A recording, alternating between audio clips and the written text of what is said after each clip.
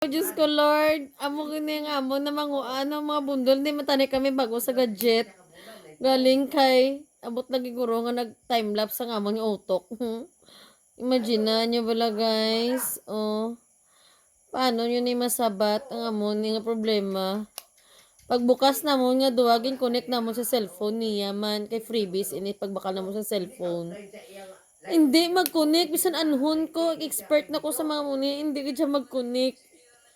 Ang ako nga gin-order nga headset sa Temu nag-connect sa iya. Automatically dasig nag-connect. Pero iniya wala gid jaga connect.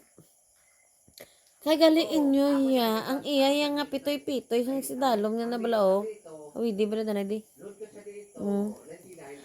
Rakita yun ang gamay na nga silupin, no? Ining iya yang nga buli ho, may putos pa na nga silupin.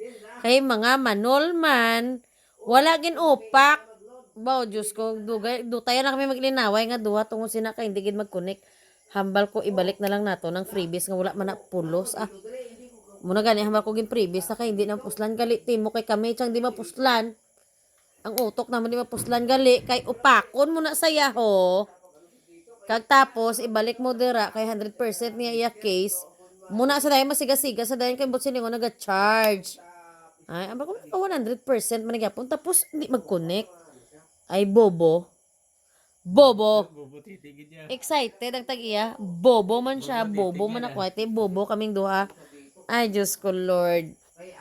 Charge to experience. Get, bro. Wisit. Animal. Na.